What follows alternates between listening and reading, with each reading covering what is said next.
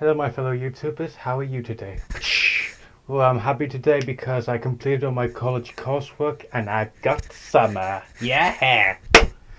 Well, today, everyone, I'm going to talk about the difference between a fan and a fanatic. Well, you see, there's a lot of fandoms in the world: Twilight Saga, Star Wars, Dragon Ball, My Little Pony, you name it, a conjillion fandoms. And inside it are the fans, the people who analyze, look at the characters, look at their development and progress them. But now you're probably wondering why I bring Fanatic into this. Well, you see, the problem with fans is that they can become too obsessed with their fandoms to a point they can really make it not fun anymore. Because, let me explain.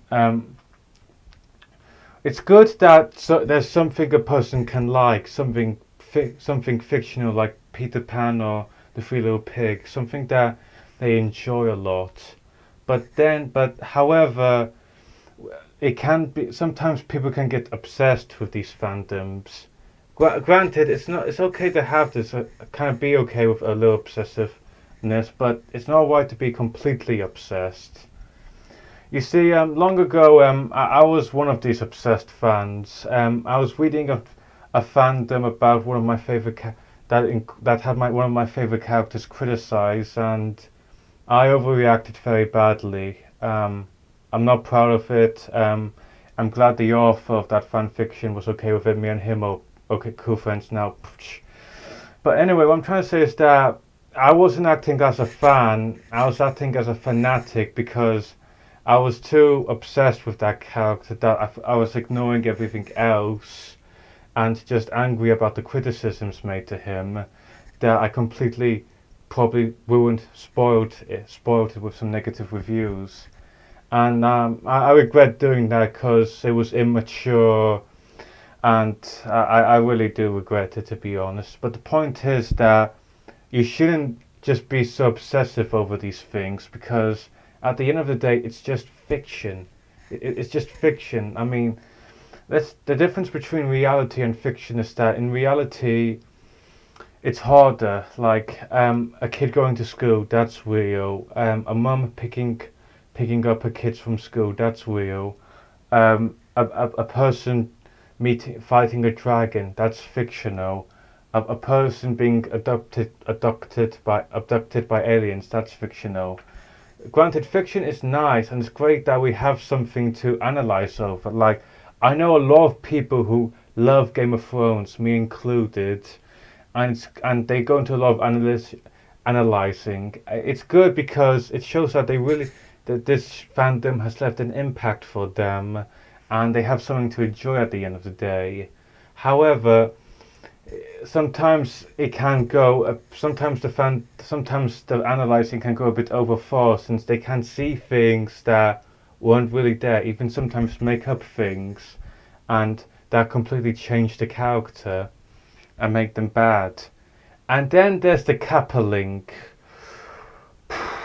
the scars of Twilight. I mean, coupling is kind of is a nice thing in the fandom, that because you have the coupling that happened and the coupling that could have happened. Take Twilight, you have Edward and Belle, that happened. Then you have a made up couple like Jacob and Edward that didn't happen, but people might like to make fan fictions about it. The good thing is with coupling is that it allows you to be creative. It allows you to see pair characters together that didn't really pair off in the actual thing, but you kind of feel something for these characters.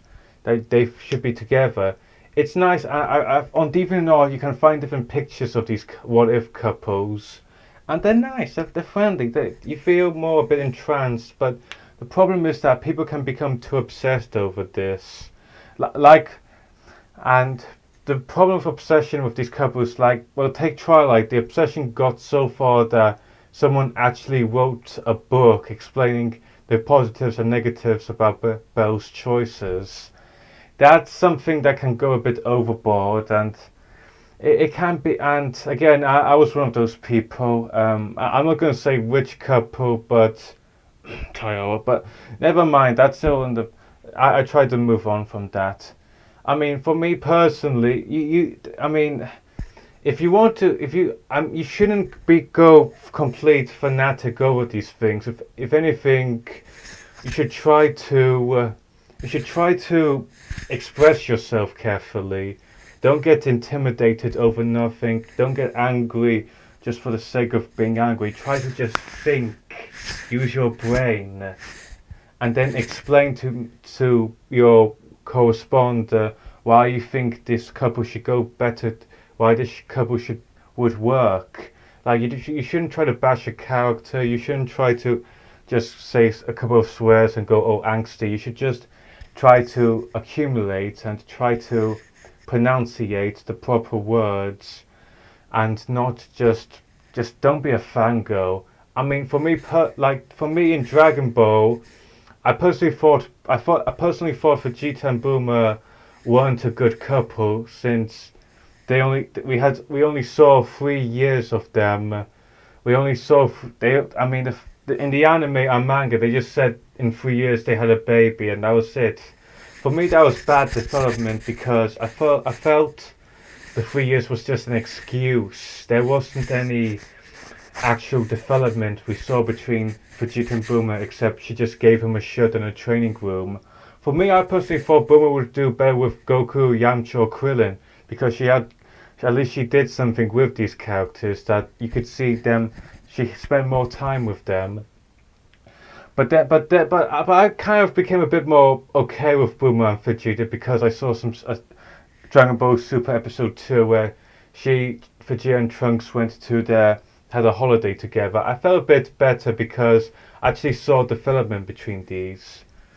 So, what I'm trying to say is, at the end of the day, if you see something you don't like in a fandom like a group chat, a fan fiction, a deviant order, or even just replying to someone, don't go angry because you're just going to ruin it. You're just going to ruin the media, the media that everyone likes, like Dragon Ball, Naruto, One Piece, whatever. If you go angsty, you're being disrespectful to that media. You're just ruining all the pleasures for everyone else. It's not going. You're going to make it. Don't just keep it as a fun thing. Don't make it a deal of life and death. Otherwise, it's just going to be upsetting for everyone, and no one will want to explore that media ever again. Just try to be nice. Just try to think of the words you need to say carefully. Try to be respectful to your correspondent. Try to be nicer to the author. Just don't go over criticizing people and with just insults that doesn't make you a good that doesn't make you a fan. That just makes you just someone who has socializing problems and who just wants to cause a scene. Just try to be respectful and try to be just a normal person. Be a fan and support your media. Don't be too obsessive, otherwise you're going to turn that media into just a misery. I'm the Nerd King, and that's what I've got to say.